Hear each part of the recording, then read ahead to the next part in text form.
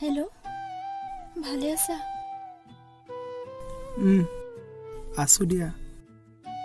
মোক নুসুধা মই কেনে আছো? মই জানো তুমি ভালে আছা, কিন্তু আজি এটা বছৰৰ পাছত মোৰ খবৰ লৈছা যে? তোমালৈ আজি বৰকৈ মনত পৰিছেও। এতিয়া সেইবোৰ কৈ একো লাভ নাই। তুমি এতিয়া আন কাৰোবাৰ পত্নী। সেইটো হয়। শুনা, কোৱা। মই প্ৰেগনেণ্ট হৈছিলোঁ, কিন্তু মোৰ সন্তানটো নৰল। কি? ধুনু, তুমি মোক সাও দিছিলা ন? তুমি মোক এৰি গুচি গৈছিলা 7 বছৰীয়া প্ৰেম ভৰিৰে মোহাৰি, কিন্তু মই কেতিয়াও তোমাক বেয়াটো বিচৰা নাছিলোঁ। প্লিজ মোক মিছাতে বদনাম দি থকা স্বভাৱটো এৰা আৰু।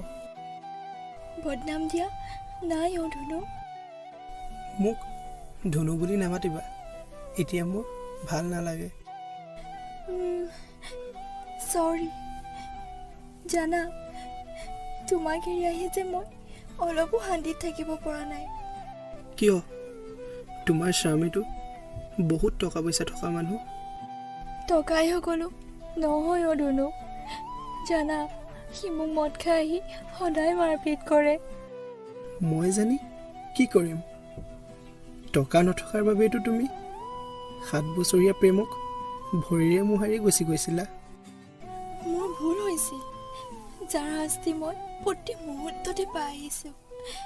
প্লিজ ধুনু, মোক ক্ষমা কৰি দিবা। তোমাক মই বহুত আগতে ক্ষমা কৰি দিছোঁ। প্লিজ আজিৰ পৰা মোক ফোন নকৰিবা। হ'ব দিয়া ধুনু।